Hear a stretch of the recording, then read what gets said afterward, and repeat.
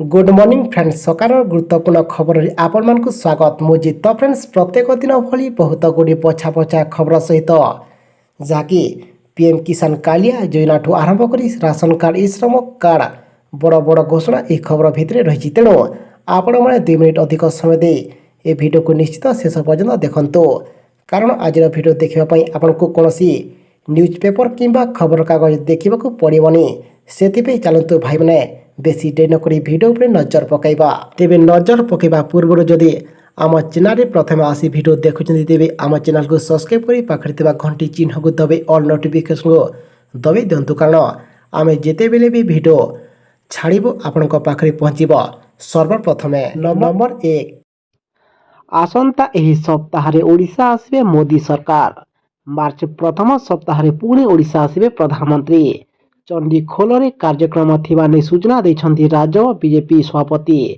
मनमोहन सामल एने प्रधानमंत्री कार्यालय खबर आसीथिबा कहिसन्ति मनमोहन सामल तेबे खूब शीघ्र चूड़ांत तारीख निर्धारण हेबा बोली सूचना दैछन्ति बीजेपी राज्य सभापति। परवर्ती खबर आजिठु पुणी वर्षा 9 जिला को वर्षार चेतावनी आजिठु पुणी वर्षा भिजिबा पश्चिम ओडिशार अधिकांश जिला सह उत्तर आभ्यंतरीण ओडिशा वर्षा संभावना केतेक घड़घड़ी सह वर्षा हेबार संभावना रही। आज 9टी जिला को वर्षा चेतावनी दिया जाइछि। निम्न चापरेखा और पश्चिमा झड़ प्रभाव में वर्षा संभावना रही। तेज आसंता 24 घंटे सुंदरगढ़ केन्दुझर मयूरभंज संबलपुर झारसुगुड़ा बरगढ़ नुआपड़ा बलांगीर एवं सोनपुर किछि स्थान में वर्षा संभावना रही।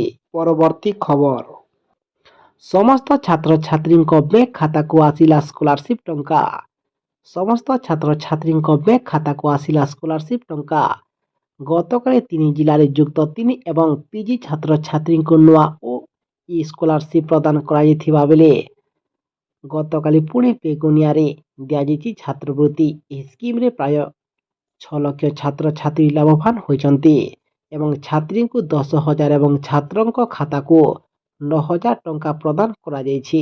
परवर्ती खबर आसिला पुणी समस्त रोगी पुणी एक खुशी खबर गतकाली मुख्यमंत्री नवीन पट्टनायक द्वितीय पर्यायर राज्यर 15टी जिले में 67टी आम हॉस्पिटल उमरकोट उपकंठ हॉस्पिटल डायलिसिस सेंटर सुवर्णपुर जिला मुख्य चिकित्सालय हॉस्पिटल और झारसुगुड़ार बीएमआरसी कार्डियाक केयर्स हॉस्पिटल लोकार्पित करिसन्ति। यह सहित खोर्धा जिलार बेगुनिया उपजिला डाक्तरखानार भित्तिप्रस्तर मध्य स्थापन करिसन्ति।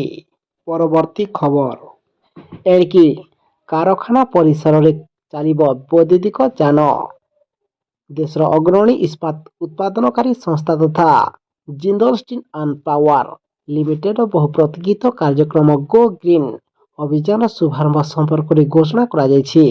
एपरिक कंपानीर ओडिशा यूनिट जेएसपी अनुगुल इस्पात कारखाना परिसर में उक्त कार्यक्रम आनुष्ठानिक भाव में उद्घाटित हो जायछि।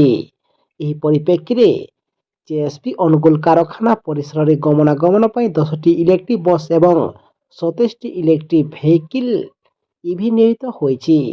परवर्ती खबर आसिला पुणी समस्त महंगा भत्ता को नहीं पुणी एक खुशी खबर महंगा भत्ता वृद्धि पर अपेक्षा करिथिबा केंद्रीय कर्मचारी माने खूब शीघ्र होली उपहार पाई पारंती।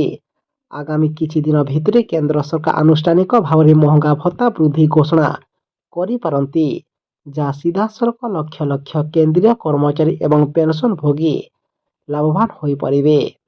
सप्तम वेतन आयोगर सुपारिश अनुଯାयी वर्ष को 2 थर महंगा भत्ता संशोधित हुए। वर्षर प्रथम संशोधन जनवरी कार्यकारी होइतिबा बेले द्वितीय परिवर्तन जुलाई कार्यकारी करा जायथाय। परवर्ती खबर आसिला पुणी पीएम किसान योजना को नहीं पुणी एक खुशी खबर प्रधानमंत्री योजनार 16तम किस्ती आज फेब्रुआरी 28 रे कृषकों खाता को पठाइबे। प्रधानमंत्री मोदी अकाउंट को 2000 टंका लेखाएं पठाइबे। तेबे यह 2024 प्रथम किस्ती होइतिबा बेले जदि कौनसी हिताधिकारी अकाउंट को न जाए तेबे ए संबंधी अभियोग मध्य करि पारिबे। तेबे प्रधानमंत्री किसान योजनार आपण हिताधिकारी होइतिले तेबे आज आपणक अकाउंट को टंका पठाइबे सरकार। जदि किस्ती टंका न मिले तेबे आपण पीएम किसान www.gov.in ରୁ ଆପଣମାନେ ଯୋଗାଯୋଗ କରିପାରିବେ ଏବଂ ଏହାଛଡ଼ା ଆପଣ ଏହି ହେଲ୍ପଲାଇନ୍ ନମ୍ବର 011243006006ରେ ମଧ୍ୟ ଆପଣ ଫୋନ୍ କରି ଏଥିରେ ଆପଣମାନେ ଅଭିଯୋଗ କରିପାରିବେ। ପରବର୍ତ୍ତୀ ଖବର, ଏଣିକି ଓଡ଼ିଶାରେ ପ୍ରତିବର୍ଷ ହେବ ବାଘ ଗଣନା। ପ୍ରତିବର୍ଷ ହେବ ବାଘ ଗଣନା। କ୍ୟାମେରା ଟ୍ରାପ୍ ଜରିଆରେ ବର୍ଷ ସାରା ମହାବଳ ବାଘଙ୍କ ସ୍ଥିତି ଉପରେ ରହିବ ନଜର। ସାମ୍ବାଦିକ ସମ୍ମିଳନୀ କରି ଏପରି ସୂଚନା ଦେଇଛନ୍ତି ପିସିସିଏଫ୍ ସୁଶାନ୍ତ ନନ୍ଦ। ପରବର୍ତ୍ତୀ ଖବର, ସମସ୍ତ ମହିଳାଙ୍କ ପାଇଁ ପୁଣି ନବୀନ ସରକାରଙ୍କ ବଡ଼ ଘୋଷଣା, ମିଳିବ ଟଙ୍କା। ମିଶନ ଶକ୍ତି ମା'ଙ୍କୁ ମୁଖ୍ୟମନ୍ତ୍ରୀଙ୍କ ବଡ଼ ଉପହାର। ଏଣିକି ବିନା ସୁଧରେ ମିଳିବ 10 ଲକ୍ଷ ଟଙ୍କା ଯାଏ ଋଣ। ସେହିଭଳି ୟୁନିଫର୍ମ ଏବଂ ବ୍ଲେଜର ପାଇଁ 70 ଲକ୍ଷ ମହିଳା ଏବଂ 1.5 ଲକ୍ଷ ମିଶନ ଶକ୍ତି ଲିଡରଙ୍କୁ 730 କୋଟି ଟଙ୍କା ଆର୍ଥିକ ସହାୟତା ଦିଆଯିବ। ଏହାସହ ସୁଧ ଫେରସ୍ତ ବାବଦକୁ 154 କୋଟି ଟଙ୍କା ପ୍ରଦାନ କରିଛନ୍ତି ମୁଖ୍ୟମନ୍ତ୍ରୀ। ସେହିଭଳି ଗତ 5 ବର୍ଷରେ 925 କୋଟି ଟଙ୍କା ଫେରସ୍ତ କରାଯାଇଛି। ପରବର୍ତ୍ତୀ ଖବର, ସମସ୍ତ ରେଳ ଯାତ୍ରୀଙ୍କ ପାଇଁ ପୁଣି ସରକାରଙ୍କ ବଡ଼ ନିଷ୍ପତ୍ତି। ଅମୃତ ଷ୍ଟେସନ ଯୋଜନା ଅଧୀନରେ ଓଡ଼ିଶାର 21ଟି ରେଳ ଷ୍ଟେସନର ପୁନର୍ନିର୍ମାଣ ପାଇଁ ମୁଖ୍ୟମନ୍ତ୍ରୀ ନବୀନ ପଟ୍ଟନାୟକ ପ୍ରଧାନମନ୍ତ୍ରୀଙ୍କୁ ଧନ୍ୟବାଦ ଜଣାଇଛନ୍ତି। 856.43 କୋଟି ଟଙ୍କା ଖର୍ଚ୍ଚରେ ଓଡ଼ିଶାର ରାୟଗଡ଼ା, ଭଦ୍ରକ, ବାଲେଶ୍ୱର, ଟିଟିଲାଗଡ଼, କେସିଙ୍ଗା, କୋରାପୁଟ, ସମ୍ବଲପୁର ସହର, ଝାରସୁଗୁଡ଼ା ରୋଡ୍, ଜୟପୁର, ରଘୁନାଥପୁର, ବେଲପାହାଡ଼, ପାରାଦୀପ, ପାନପୋଷା, ବେତନୀଟା, ତାଳଚେର ଏବଂ ପରଖାମୁଣ୍ଡି, କେନ୍ଦୁଝର, ବିମଲାଗଡ଼ ଏବଂ ଜାରୌଲି ଷ୍ଟେସନରେ ବିକାଶ କରାଯିବ। ସେଗୁଡ଼ିକୁ ସିଟି ସେଣ୍ଟର ଭାବରେ ପୁନର୍ନିର୍ମାଣ କରାଯାଇ ରୁଟ୍ ପ୍ଲାଜା, ସିପିଂ ଜୋନ୍ ଏବଂ ଫୁଡ୍ କୋର୍ଟ, ପିଲାଙ୍କ ଖେଳିବା ପାଇଁ ସ୍ଥାନ ଉପଲବ୍ଧ ହେବ। ଅଲଗା ଅଲଗା ପ୍ରବେଶ ଏବଂ ପ୍ରସ୍ଥାନ ପଥ ନିର୍ମାଣ ସହ ବହୁସ୍ତରୀୟ ପାର୍କିଂ, ଲିଫ୍ଟ ଏବଂ ଏସ୍କାଲେଟର, ଲାଉଞ୍ଜ ଏବଂ ପ୍ରତୀକ୍ଷାଳୟ, ଦିବ୍ୟାଙ୍ଗଙ୍କ ପାଇଁ ଅନୁକୂଳ ସୁବିଧା, ମଲ୍ଟି ମଡେଲ ସବୁ ନିର୍ମାଣ କରାଯିବ। ପରବର୍ତ୍ତୀ ଖବର, ରାଜ୍ୟର ଛାତ୍ରଛାତ୍ରୀଙ୍କୁ ମିଳିବ ନବୀନ ଓଡ଼ିଶା ମ୍ୟାଜିକ୍ କାର୍ଡ। ରାଜ୍ୟର ସମସ୍ତ ଛାତ୍ରଛାତ୍ରୀଙ୍କୁ ମିଳିବ ନବୀନ ଓଡ଼ିଶା ମ୍ୟାଜିକ୍ କାର୍ଡ। ଏହି କାର୍ଡ ପାଇଁ ଆସନ୍ତା ମାର୍ଚ୍ଚ 5ରୁ ଅନଲାଇନ୍ ରେଜିଷ୍ଟ୍ରେସନ ଆରମ୍ଭ ହେବାକୁ ଥିବା ବେଳେ ଅଗଷ୍ଟ 15 ତାରିଖରୁ ଛାତ୍ରଛାତ୍ରୀଙ୍କୁ ଏହି କାର୍ଡ ବଣ୍ଟାଯିବ ବୋଲି ସୂଚନା ମିଳିଛି। ନବୀନ ଓଡ଼ିଶା ମ୍ୟାଜିକ୍ କାର୍ଡ ଏକ ପଏଣ୍ଟ ସିଷ୍ଟମ ଆଧାରିତ ସ୍ମାର୍ଟ କାର୍ଡ। ଏହା ରାଜ୍ୟର ଯୁବକମାନଙ୍କୁ ଆକର୍ଷିତ କରିବା ସହିତ ସଶକ୍ତ କରିବ ବୋଲି କୁହାଯାଇଛି। ଛାତ୍ରଛାତ୍ରୀଙ୍କ ବିଭିନ୍ନ କାର୍ଯ୍ୟକଳାପ ଜରିଆରେ ଅର୍ଜନ କରିଥିବା ପଏଣ୍ଟକୁ ଆଧାର କରି ଏହି କାର୍ଡ ସିଲଭର, ଗୋଲ୍ଡ ଏବଂ ପ୍ଲାଟିନମ ସ୍ତରରୁ ଉନ୍ନୀତ ହେବ। ପରବର୍ତ୍ତୀ ଖବର, ଏଣିକି ମୋଦି ସରକାର ଦେବେ 3 ଲକ୍ଷ ଟଙ୍କାର ଋଣ। ଯଦି ଆପଣ ନିଜର ବ୍ୟବସାୟ ଆରମ୍ଭ କରିବାକୁ ଚାହୁଁଛନ୍ତି ଏବଂ ଏଥିରେ ବାଧକ ସାଜୁଛି ଆର୍ଥିକ ସମସ୍ୟା, ତେବେ ବ୍ୟସ୍ତ ହୁଅନ୍ତୁ ନାହିଁ, କାରଣ ମୋଦି ସରକାର ଏବେ ଏଥିପାଇଁ ସାହାଯ୍ୟ କରୁଛନ୍ତି। ଆଜ୍ଞା ହଁ, ପିଏମ୍ କିଷାନ ବିଶ୍ୱକର୍ମା ଯୋଜନା ଆପଣଙ୍କ ପାଇଁ ବେଶ୍ ଉପଯୋଗୀ ହୋଇପାରେ ଏବଂ ଏହି ଯୋଜନାରେ ସରକାର ଅଭାବୀ ଲୋକଙ୍କୁ 3 ଲକ୍ଷ ଟଙ୍କା ପର୍ଯ୍ୟନ୍ତ ଆର୍ଥିକ ସହାୟତା ପ୍ରଦାନ କରୁଛନ୍ତି ଏବଂ ବିଶେଷ କଥା ହେଉଛି ଏହି ଋଣ ପାଇଁ ଆପଣଙ୍କୁ କୌଣସି ଗ୍ୟାରେଣ୍ଟି ଦେବାକୁ ପଡ଼ିବ ନାହିଁ। ଏ ସ୍କିମ୍ ମାଧ୍ୟମରେ କିଛି ନିର୍ଦ୍ଦିଷ୍ଟ ନିୟମ ଅଛି ଏବଂ ଗ୍ୟାରେଣ୍ଟିଗୁଡ଼ିକ ପାଇବାକୁ ଆପଣ ଏହି ଯୋଜନାରେ ଫଲୋ କରିବାକୁ ପଡ଼ିବ। ପରବର୍ତ୍ତୀ ଖବର, ଏହି କର୍ମଚାରୀଙ୍କୁ ମିଳିବ ମାଗଣା ଚିକିତ୍ସା ସେବା। ଚଳିତ ବର୍ଷ ହେବାକୁ ଥିବା ସାଧାରଣ ନିର୍ବାଚନରେ ଯେଉଁ କର୍ମଚାରୀମାନେ କାର୍ଯ୍ୟ କରିବେ ସେମାନଙ୍କ ସ୍ୱାସ୍ଥ୍ୟାବସ୍ଥା ନେଇ ରାଜ୍ୟ ସରକାର ବଡ଼ ନିଷ୍ପତ୍ତି ନେଇଛନ୍ତି।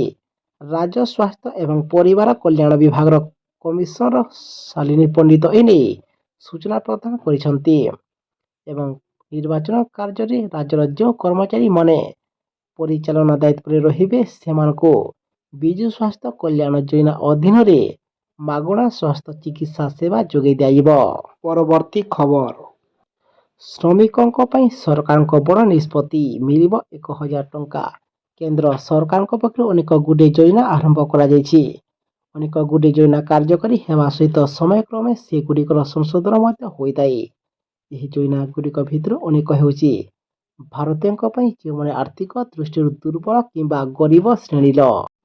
ତେବେ ଆର୍ଥିକ ଦୃଷ୍ଟିରୁ ଦୁର୍ବଳ ବିଭାଗ ପାଇଁ ସରକାର ଇ-ଶ୍ରମ ଯୋଜନା ଆରମ୍ଭ କରିଛନ୍ତି। ଏହା ମାଧ୍ୟମରେ ପ୍ରତି ମାସରେ ହିତାଧିକାରୀଙ୍କ ବ୍ୟାଙ୍କ ଆକାଉଣ୍ଟକୁ ଏବେ 1,000 ଟଙ୍କା ଆସିବ ବୋଲି ସୂଚନା ମିଳୁଛି। ଏହା ବ୍ୟତୀତ ଏହି ଶ୍ରମ କାର୍ଡର ମୂଳ ଉଦ୍ଦେଶ୍ୟ ହେଉଛି ଗରିବ ରୋଜଗାର ଯୋଗାଇବା ଏବଂ ଏଥିରେ ଆପଣଙ୍କୁ ଗୋଡ଼ଟି କିମ୍ବା ହାତଟି ଭାଙ୍ଗିଲେ ମଧ୍ୟ ଆପଣଙ୍କୁ ବୀମା କଭର 1 ଲକ୍ଷ ଟଙ୍କା ପର୍ଯ୍ୟନ୍ତ ମିଳିପାରିବ। ପରବର୍ତ୍ତୀ ଖବର, ଚାଷୀଙ୍କୁ ନବୀନଙ୍କ ବଡ଼ ଭେଟି। ରାଜ୍ୟବାସୀଙ୍କ ପାଇଁ ଖୁସି ଖବର। କାଳିଆ ଯୋଜନାକୁ ନେଇ ବଡ଼ ଘୋଷଣା କରିବା ପରେ ଏବେ ରାଜ୍ୟର ଲକ୍ଷ ଲକ୍ଷ ଚାଷୀ ଲାଭ ପାଇବାକୁ ଯାଉଛନ୍ତି। ଏହାରି ଭିତରେ ଆଉ ଏକ ବଡ଼ ଘୋଷଣା କରିଥିଲେ ଓଡ଼ିଶା ସରକାର, ଯେଉଁଥିରେ ଭୂମିହୀନ ଚାଷୀଙ୍କୁ ମିଳିବ ଫାଇଦା।